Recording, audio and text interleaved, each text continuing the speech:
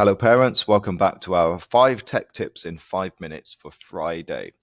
I'm going to focus on iPhones. I know that most of our parents actually are in the iPhone or Apple ecosystem, but some of these features, or most of these features, are actually available in Android as well. So on the iPhone, when you swipe down on the top right, you get to something called Control Center, and you can add different widgets to the Control Center. And one of the things that's sometimes not on there by default is the screen recorder.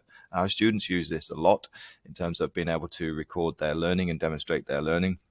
And you can actually use it to record your screen as well and share things.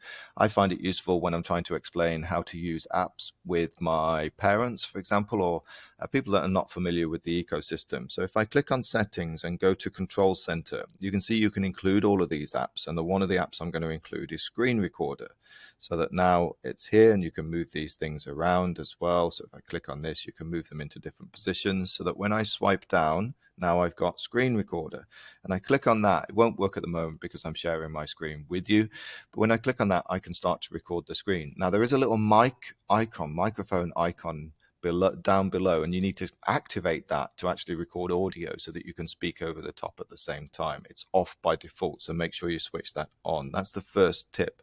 Next, what happens if your children are sick or if there's an emergency? Now, you can go online, but I think the best thing to use is an app.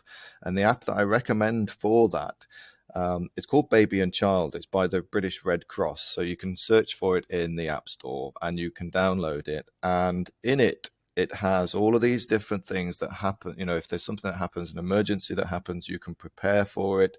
These are the different emergency things that you can need to read about. So, for example, bleeding heavily, it gives you a video. And it tells you what you should do. Sometimes it's better to actually trust these apps than it is to actually go searching for things on websites. It's particularly useful because you can actually test yourself and you can get these badges so you can learn more about it. And there's a toolkit where you can add records of your children. That's new. I've not seen that before. That's my second tip, Baby and Child app. My third tip is going to be, whilst we're on the emergency side of things, make sure you update your emergency contact details. And if your children have a phone, then you can add that in there, especially if they've got allergies and things like this. So how does this work? When your phone is in a lock mode and you swipe up, you can see it has emergency. So people can access that emergency information without even knowing your username and password, which is pretty useful if there's an allergy and something has happened to you and you are unresponsive, and people can use your phone to find out that information. So I'm just actually going to go back to here. So how do I update that information? So if I swipe down for the search and I search under, I think it's under emergency, under settings, look, emergency SOS and emergency contacts. So I'm going to click on this. When I click on it, there's going to be some information there that I don't want you to read. So I'm going to swipe off that quickly. But that information contains emergency contact information, all of the things that are available on that screen.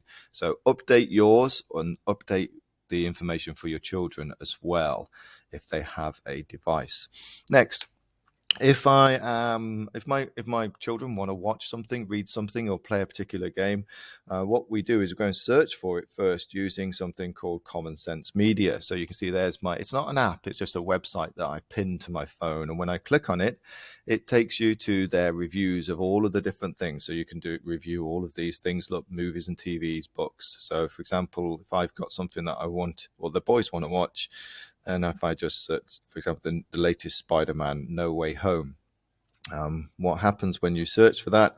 It will give you reviews, excuse me.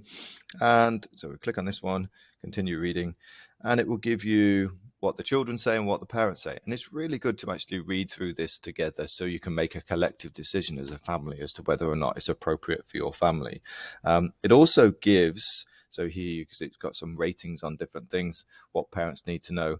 It also gives questions that you can ask after the movie, which reinforce some of the positive messages that are ongoing in that media. So really powerful.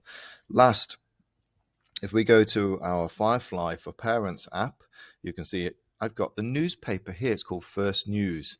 So how did I get to that? If I click back again on here, from the home page, you click on the icon at the top it will take you to the Parents Gateway, click on First News, click on this icon, and it will take you to the First News blog. And every week I upload those newspapers. Sometimes they're quite large to download, but it's really useful for if if your children want to be up to date with current affairs and things like this. There's competitions and games, crosswords, word puzzles, and things on that First News blog. All right. Hopefully that's within 5 minutes. Have a great weekend, everybody. Take care. Bye bye.